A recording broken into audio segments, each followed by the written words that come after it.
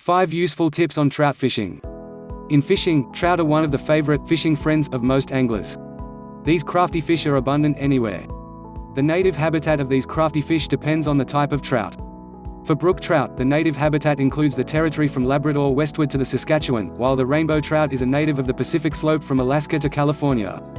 On the other hand, brown trout has found its way into the waters of every state in the United States except Florida, Arkansas, Kansas, Kentucky, Louisiana, Mississippi, Missouri, North Dakota, Oklahoma, and Texas. It has been reported in the waters of some of these states, but according to conservation officials, no authentic reports have been received. It is also found in many parts of Canada. In trout fishing, there are some factors that need to be considered in order to have a successful catch. 1. For trout fishing, the leader should not be greased.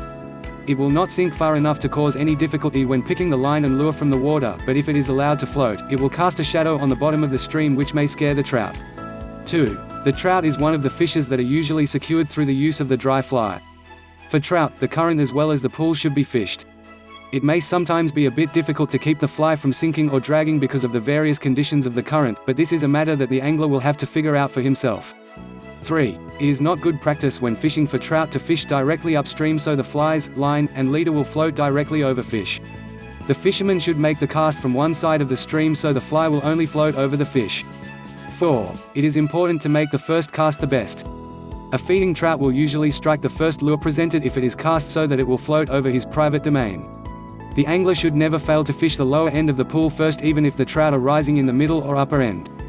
5. Trout are sometimes very moody or selective and will try the patience of any angler, hence, possibly a fly with less hackle will do the trick, or it may be necessary to use a spent wing fly or a fan wing. Indeed, catching trout fishes can be lots of fun.